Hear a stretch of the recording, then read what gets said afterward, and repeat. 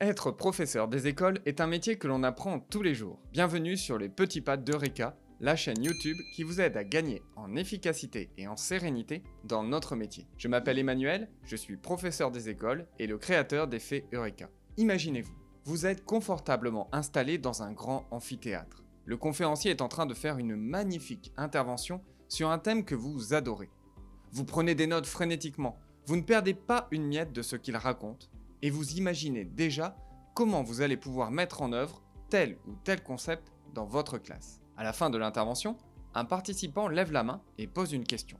Au départ, vous ne comprenez pas trop la question, puis vous vous dites « Ah, tiens, c'est vrai, je n'avais pas pensé à cette question. » Pourtant, vous croyez avoir tout suivi et tout compris, mais vous n'aviez pas pensé à ce point-là. La conférence est maintenant terminée, et en sortant de l'amphi, vous tombez sur une collègue que vous n'avez pas revue depuis longtemps. Après avoir pris des nouvelles, vous lui demandez ce qu'elle a retenu de la conférence. C'est simple, vous avez l'impression de ne pas avoir assisté à la même conférence, et vous lui répondez « Ah, c'est vrai, que je n'avais pas vu les choses de cette manière. » Pire encore, quand vous lui racontez ce que vous avez retenu vous vous surprenez à faire des connexions que vous n'aviez même pas envisagées au départ. Et au final, vous vous rendez compte que le fait d'avoir échangé avec une collègue sur l'intervention vous a permis d'aller beaucoup plus loin dans vos propres réflexions. Cette situation illustre le paradoxe de l'acte d'apprendre. On ne peut apprendre que par soi-même, mais nous apprenons mieux ensemble. Pour nous parler de ce paradoxe, nous allons laisser la parole à Sylvain Connac. Sylvain Connac est enseignant-chercheur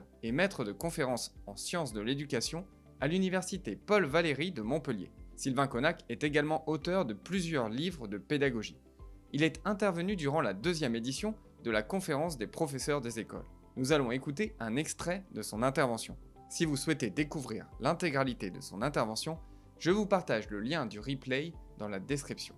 Ce paradoxe, c'est que pour apprendre, on est face à donc une forme de contradiction, qui est de dire que d'un côté, alors les sciences cognitives l'expliquent particulièrement bien, on ne peut apprendre que par soi-même.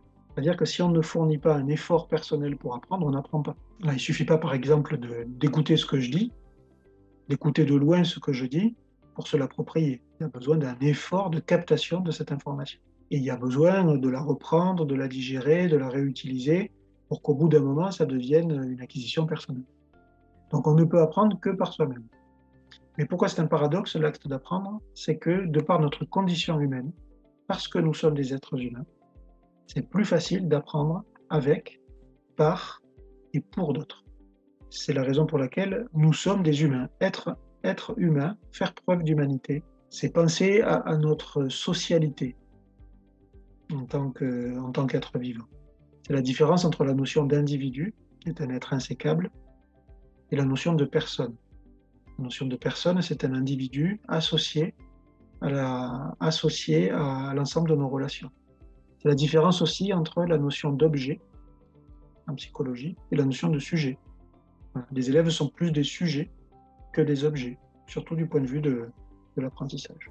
Lorsque j'ai entendu parler pour la première fois de ce paradoxe, c'est la différence entre individu et personne qui m'a le plus marqué et que je garde en tête depuis dans un coin de ma tête lorsque je suis en classe. Ce paradoxe amène de nombreuses questions. Comment organiser sa classe pour trouver un équilibre entre des temps où les élèves apprennent seuls et où ils apprennent ensemble? Comment faire pour créer un environnement favorable où les élèves puissent apprendre ensemble?